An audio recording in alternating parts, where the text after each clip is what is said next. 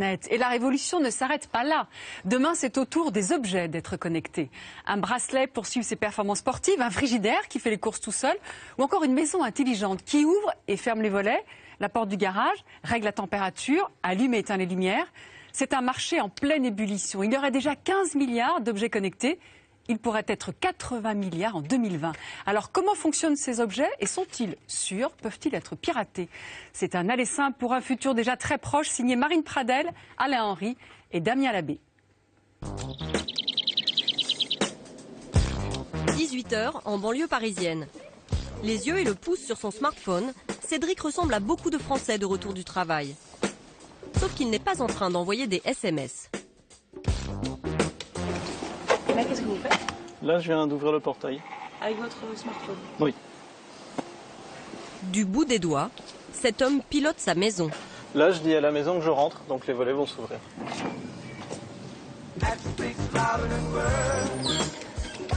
Chez lui, Cédric a relié des dizaines d'objets à Internet.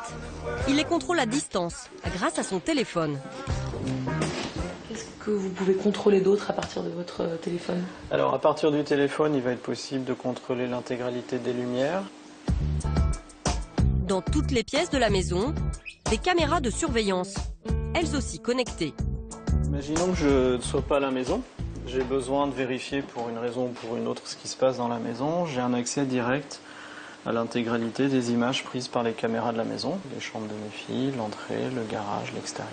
Même si vous êtes en vacances au ski? À partir du moment où mon téléphone capte, j'ai accès à la maison. Cédric ne s'est pas contenté de connecter son logement. Il garde en permanence ce petit boîtier dans sa poche. J'utilise un capteur qui va m'afficher le nombre de pas que je fais dans la journée en temps réel et puis un certain nombre d'informations comme l'altitude à laquelle je suis monté virtuellement en fonction du nombre d'étages que je graphie dans la journée, le nombre de kilomètres parcourus, les calories dépensées et qui va me permettre également, grâce à un petit capteur, de prendre mon rythme cardiaque. Au moment d'aller se coucher, il appuie sur Bonne nuit. Tout le pavillon se met en sommeil. Maison, mais aussi santé, électroménager. Des dizaines d'objets connectés sont déjà disponibles en France, comme la fourchette connectée. Elle vous alerte si vous mangez trop vite ou si vous ne mâchez pas assez. La raquette de tennis qui enregistre les performances du joueur et les compare à celles de Rafael Nadal. Cette tige plantée dans la terre, elle prévient quand les plantes ont besoin d'eau. Ou encore, le réfrigérateur dit intelligent. Il envoie un SMS à son propriétaire quand il n'y a plus de lait. Il peut aussi passer commande automatiquement sur le site d'un supermarché. En 2020, 80 milliards d'objets connectés peupleront notre quotidien. Comme ces voitures qui rouleront sans conducteur. Comment fonctionnent ces objets d'un nouveau type? Les utilisateurs l'ignorent souvent. Tous ces dispositifs recueillent des données sur leur vie privée. Sont-elles bien protégées? Allez simple pour un futur très proche.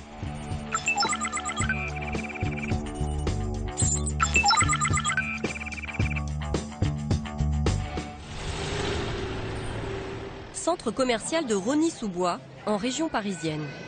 Voici une enseigne d'un nouveau genre, un magasin dédié à la vente d'objets connectés. En France, il s'en ouvre un par semaine.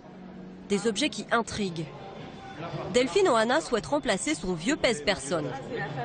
Ça consiste en quoi en fait une balance connectée? Ça veut dire quoi? Une balance connectée, c'est quoi? Ça reste déjà une balance, donc du coup elle va mesurer votre poids. Par contre, le petit plus, c'est que cette donnée va être envoyée immédiatement sur votre téléphone. Sur le téléphone. Exactement. Au-delà d'être connecté, c'est qu'également elle va vous donner des indications par exemple sur votre masse grasse, parce qu'effectivement le poids, ce n'est pas que du muscle. Vous pouvez mettre jusqu'à 8 profils utilisateurs. Donc vous, monsieur, les enfants, enfin un petit peu tout le monde. Ce qui m'intéresse dans la balance connectée, c'est que je vais pouvoir avoir un compagnon qui va pas me quitter aussi fidèle que mon téléphone portable, qui va pouvoir me dire retourne faire une séance d'aquabike parce que t'es pas dans le move, et ben voilà, je suis. Ça, c'est mon compte utilisateur. C'est super. Delphine achète l'appareil. 149 €. À bientôt. 3 à 6 fois plus cher qu'un pèse-personne traditionnel.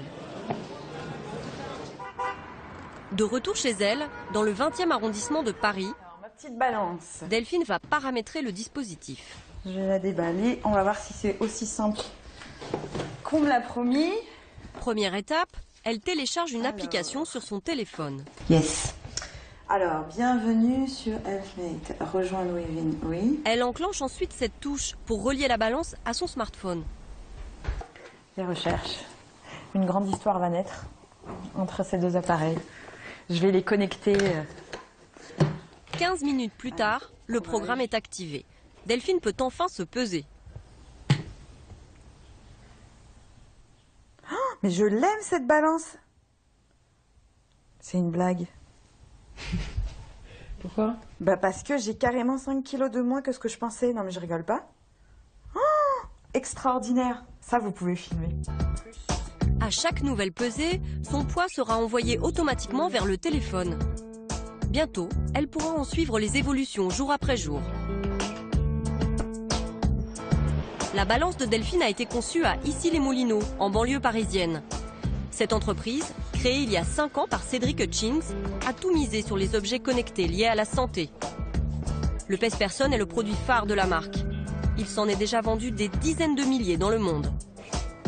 Alors, cette balance est très spéciale et l'une de ses particularités, c'est qu'on retrouve à l'intérieur des composants électroniques qui assurent la transmission sans fil du pèse-personne. C'est ce qui fait sa particularité, c'est qu'il est quelque part bardé d'électronique que vous ne retrouverez pas dans un pèse-personne qui fait que mesurer et afficher le poids, mais qui va permettre d'assurer cette communication. Dans cette publicité, la marque annonce aussi la sortie d'un appareil qui va mesurer la qualité du sommeil.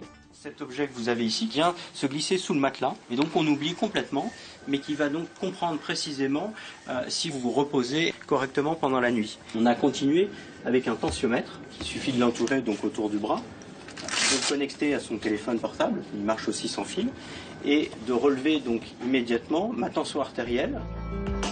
Au poignet de Cédric, un boîtier connecté lui aussi. Ici, tous les employés sont encouragés à en porter un. Il mesure l'activité physique, les déplacements.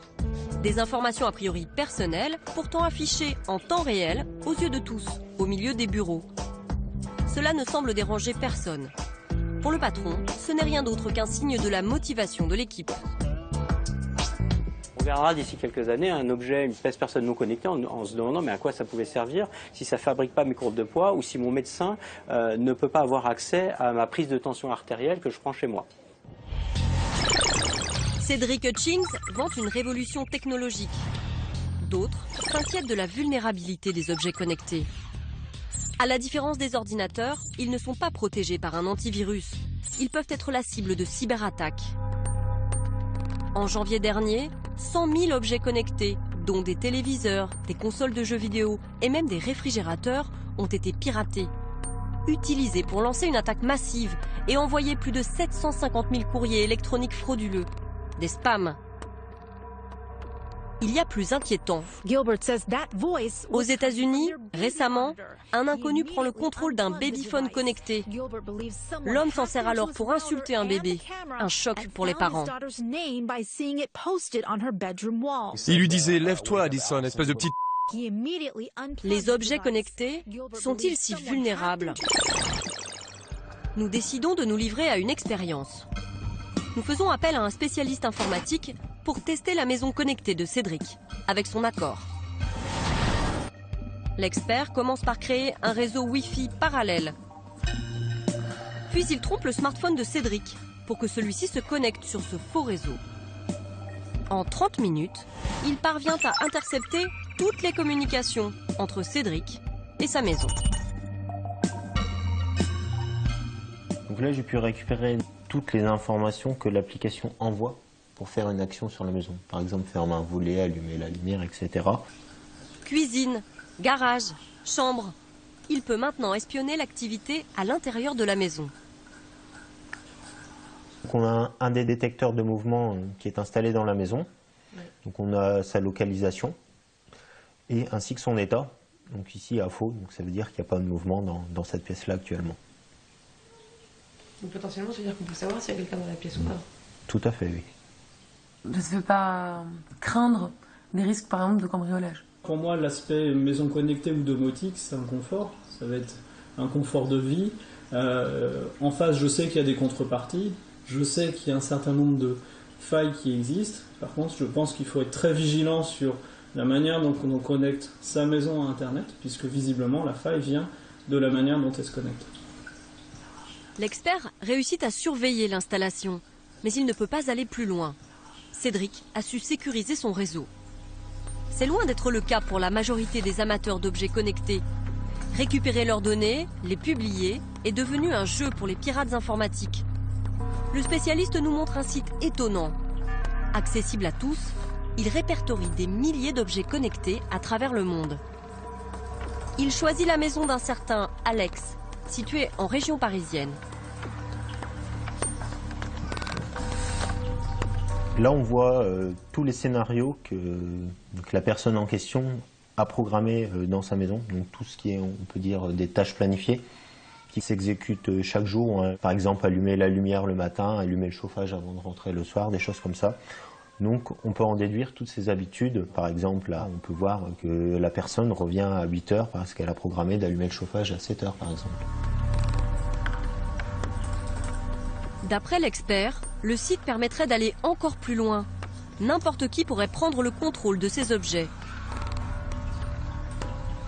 On peut par exemple éteindre la lumière ou allumer la lumière en pleine nuit, ouvrir les volets. J'ai vu aussi l'alarme, je crois, quelque part. Non, il y a une alarme intégrée. Sirène virtuelle ouais. Peut peut-être potentiellement la faire sonner, je ne sais pas. Donc là, si on clique là, ce Alex en question, il n'a plus de lumière dans son salon. Tout à fait, oui.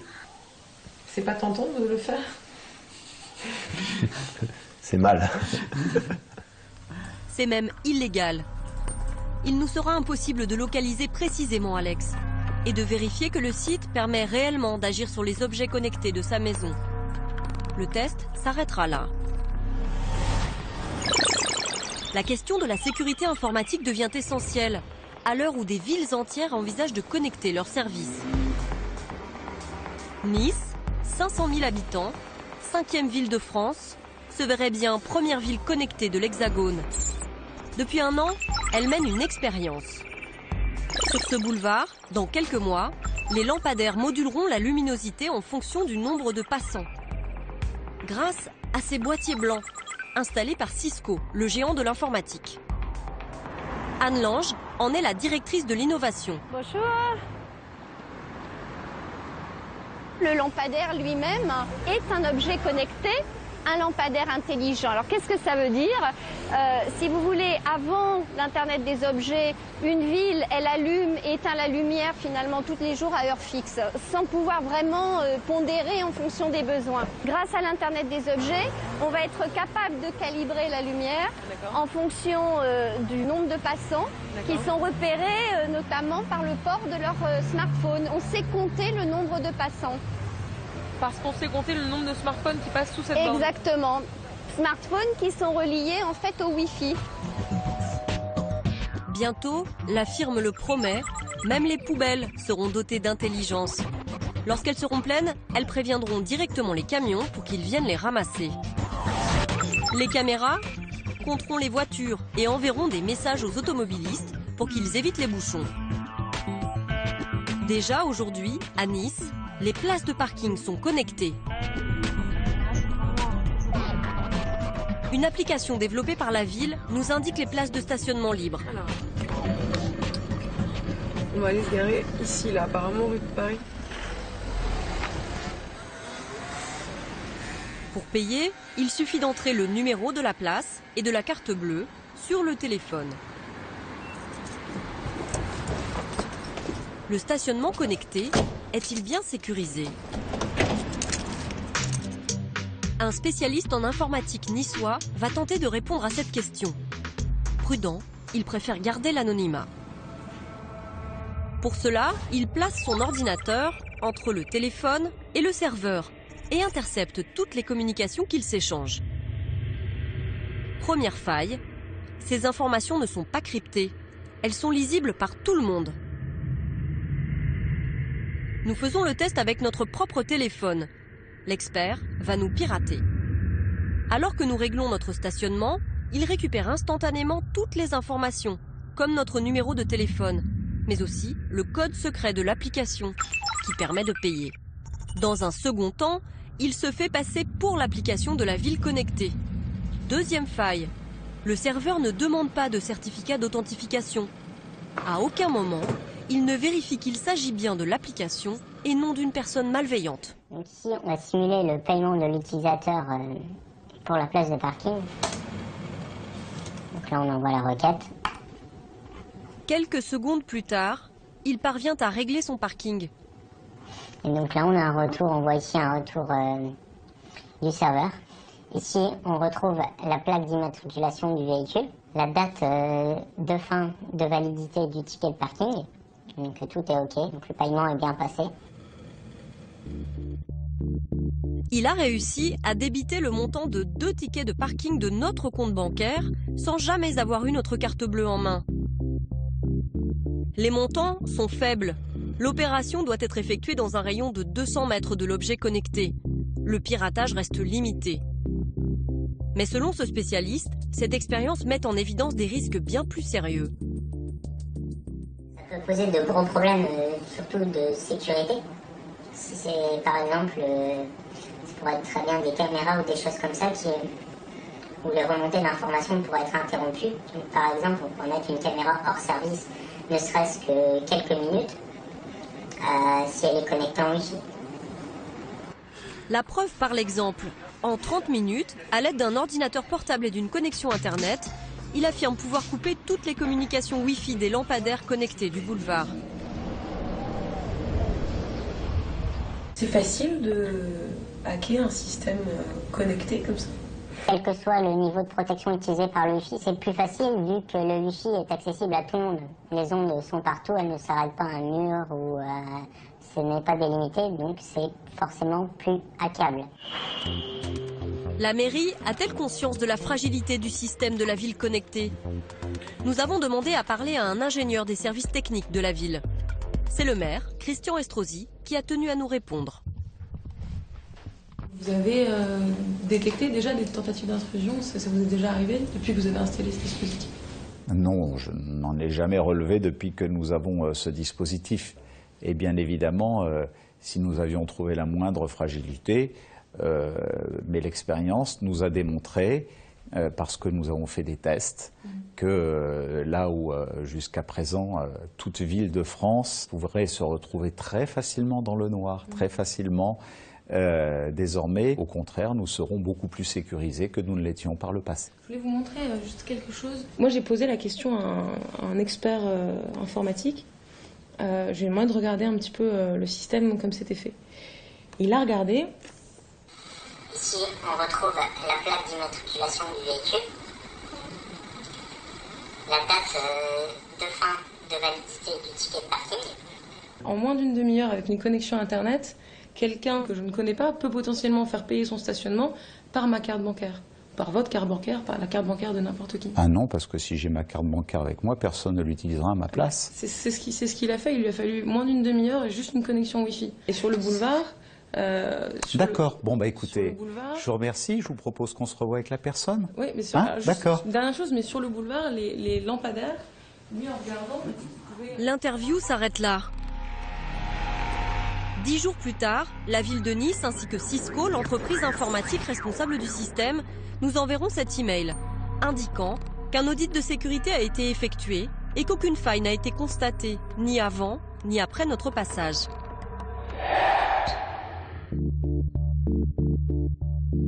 Pourtant, notre expert est bien parvenu à débiter notre compte, ainsi qu'à déconnecter momentanément les appareils du boulevard.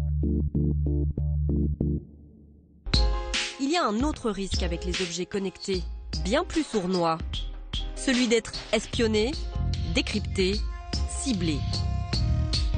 Aujourd'hui, l'objet connecté le plus vendu, c'est la télévision.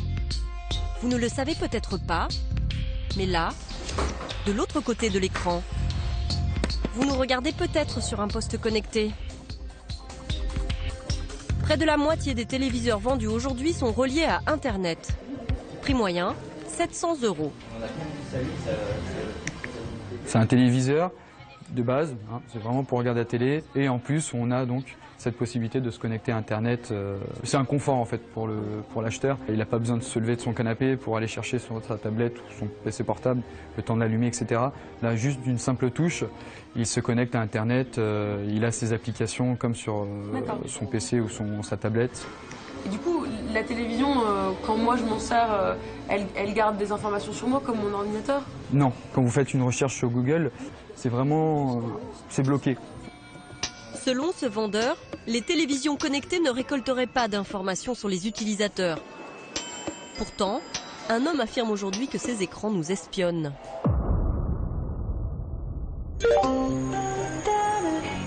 Pour le rencontrer, nous avons dû passer sous la Manche, traverser l'Angleterre, jusqu'à ce petit cottage de la région de Leeds. Bonjour, je suis Jason. Jason Huntley a été le premier à faire une découverte étonnante. C'était en novembre dernier. Il venait de s'acheter un téléviseur connecté de la marque LG. Le premier truc qui m'a intrigué, c'est ici. Il y avait des pubs sur l'écran d'accueil, ce qui est inhabituel. Je n'avais jamais vu ça avant sur aucune des télévisions LG que j'avais eues. Ni même sur aucune télévision d'ailleurs. On s'est dit que c'était étrange que sur une télé aussi chère, que vous payez potentiellement plusieurs milliers d'euros, qu'ils aient choisi de mettre de la pub sur le menu et de faire quelques centimes de plus sur chaque téléviseur vendu. Ça n'avait pas de sens. Donc j'ai décidé de connecter ma télé sur mon ordinateur, celui que vous voyez là. D'ailleurs, il enregistre le trafic maintenant. Jason fait partie de ces personnes qui savent lire et traduire ce genre de lignes de code. Je me suis rendu compte que la télévision envoyait des informations sur quelle chaîne était regardée en temps réel. À chaque fois que j'appuyais sur un bouton de la télécommande pour changer de chaîne, cette information remontait instantanément vers le serveur d'LG, en disant « vous regardez maintenant la BBC 2 ou la chaîne d'histoire » ou ce genre d'infos. Il y a plus troublant. Un jour, Jason décide de regarder un film de famille stocké sur un disque dur externe. Il le branche sur sa télévision et là, surprise. Au milieu du flux d'infos qui était renvoyé sur le serveur d'LG, il y avait des infos sur le contenu d'un disque dur externe que j'avais branché sur la télé, et notamment la vidéo que j'avais fait avec les enfants pour Noël. Ça aussi, ça partait sur le serveur d'LG. C'était vraiment choquant. Ici, on le voit, Emma et Simon en famille. Emma, Simon, des données privées captées par le fabricant via le téléviseur. Quel usage la société LG peut-elle faire des informations qu'elle recueille sur les téléspectateurs? Nous nous sommes procuré une vidéo produite par l'entreprise. Dans ce film promotionnel, LG s'adresse à des partenaires commerciaux. La publicité ciblée dont vous avez toujours rêvé, LG la transforme en réalité. Le système de publicité intelligente LG analyse les programmes préférés des téléspectateurs, leur comportement en ligne, leurs recherches sur Internet et d'autres informations encore pour proposer des publicités adaptées et cibler les téléspectateurs. Par exemple, notre système vous permettra de proposer des costumes très chics aux hommes ou des cosmétiques dernier cri et des parfums aux femmes.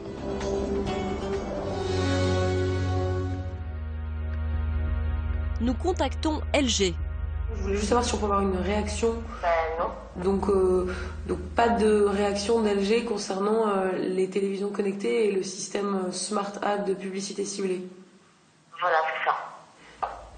D'accord, mais alors donc est-ce qu'on peut avoir une réponse sur la publicité ciblée? Depuis les révélations de Jason en Grande-Bretagne, LG affirme avoir mis un terme à ces pratiques. Comme LG, Panasonic, Samsung, Sharp, toutes les grandes marques prévoient d'intégrer des publicités ciblées à leur nouveau modèle de télévision connectée. Les objets connectés pourraient donc se transformer en mouchards. Ceux qui les possèdent en sont-ils conscients? Quand elle a acheté son pèse-personne, Delphine s'est-elle posé cette question? Vous avez pas peur qu'un jour on vous envoie des publicités par exemple pour un régime? Alors là, je vais aller la rendre. J'avais pas pensé à ça. Je sais pas. J'espère pas. J'espère que je peux lui faire confiance aussi bien pour me donner mon poids que pour garder confidentiel ces données. Quand vous avez installé l'application, on vous a parlé de ça? Je vais vous dire très clairement, en fait, j'ai pas, comme d'habitude, j'ai pas regardé, j'ai pas lu, j'ai dit oui, oui, oui, et puis j'ai pas cherché à comprendre, j'aurais lu. Que fait le fabricant de la balance des informations personnelles de Delphine? Retour à Issy-les-Moulineaux. Avant d'être lisibles sur son téléphone portable, les courbes de poids de Delphine arrivent ici, sur cet ordinateur. Là, ce qu'on voit ici à l'écran, c'est en vert clair, je ne sais pas si on le voit très bien. Donc c'est un exemple du signal brut qui est remonté par la balance. Donc on voit des variations très fortes qui sont induites par la personne qui est en ce moment posée sur le pèse-personne. Des informations comme celle-ci, le fabricant en possède des millions, stockées dans ses serveurs. La plus grande base de données au monde sur le poids. Le patron affirme qu'il ne vend pas ces informations. Ça, c'est des informations qui intéressent beaucoup, j'imagine, les gens qui vendent des régimes, les salles de sport, les gens qui font des vêtements de sport. Est-ce que vous leur partagez ces données?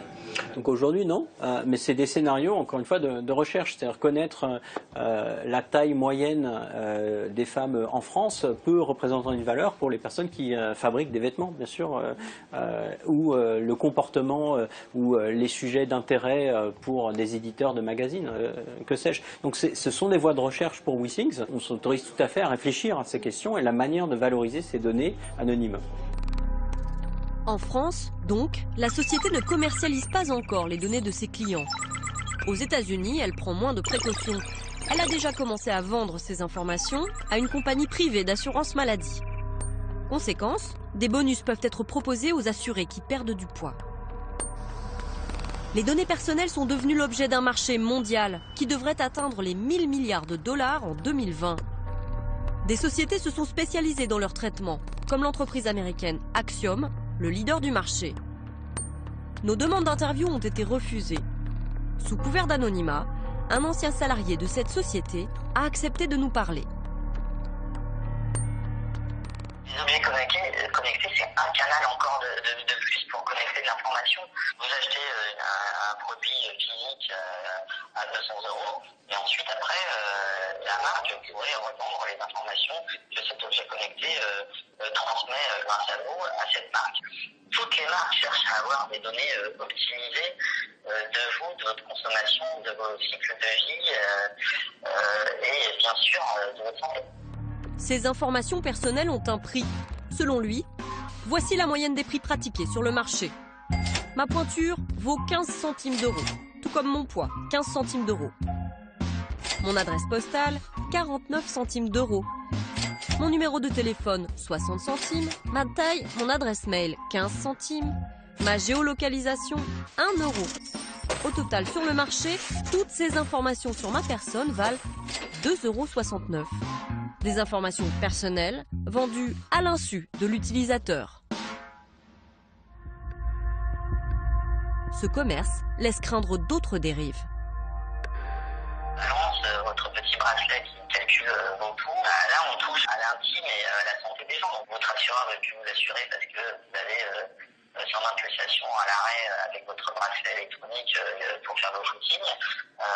Tout ça peut être un peu plus dangereux. L'idée, c'est que vous n'êtes pas propriétaire de choses qui vous appartiennent. Chaque jour, la réalité se rapproche un peu plus de la science-fiction. Comme dans le film Minority Report, sorti il y a 12 ans déjà. Steven Spielberg imaginait des individus identifiés instantanément, interpellés par leur nom dans des publicités en 3D. Ciblage publicitaire, piratage, ces risques, certains préfèrent aujourd'hui les ignorer. Ils ne voient dans les objets connectés que le signe d'une nouvelle ère, celle du contrôle absolu.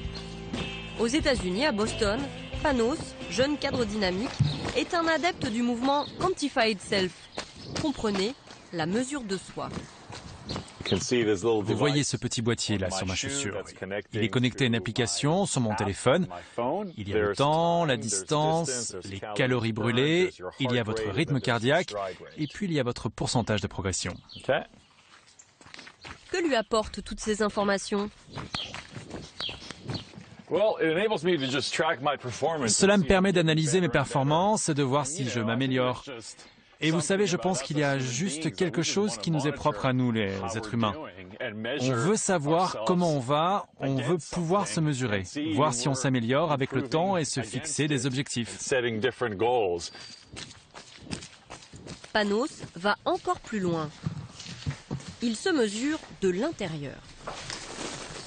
Tous les mois, il prélève un échantillon de son sang, l'envoie par la poste à un laboratoire connecté et reçoit ses analyses très précises directement sur une application. Donc là, je rentre dans mon compte sur Inside Tracker et vous voyez, je reçois un certain nombre d'informations sur ce qu'il y a dans mon sang. Donc par exemple, l'hémoglobine, il m'explique que ça sert à transporter l'oxygène dans le sang. Ils me disent d'incorporer plus de légumes verts, plus d'asperges, plus de céréales complètes dans mon alimentation pour améliorer ma santé. En fonction des résultats d'analyse, l'application lui suggère des menus. Donc là, je prépare mon petit déjeuner. C'est mon petit déjeuner du dimanche. Je mets des épinards, comme on m'a demandé, de l'ail, qui a des effets positifs sur la circulation sanguine, et plein d'autres bienfaits. Je ne mets aucun ingrédient par hasard. Supprimer le hasard. C'est peut-être cela, le rêve des objets connectés. Un être humain optimisé qui aurait dans la main la télécommande de son existence.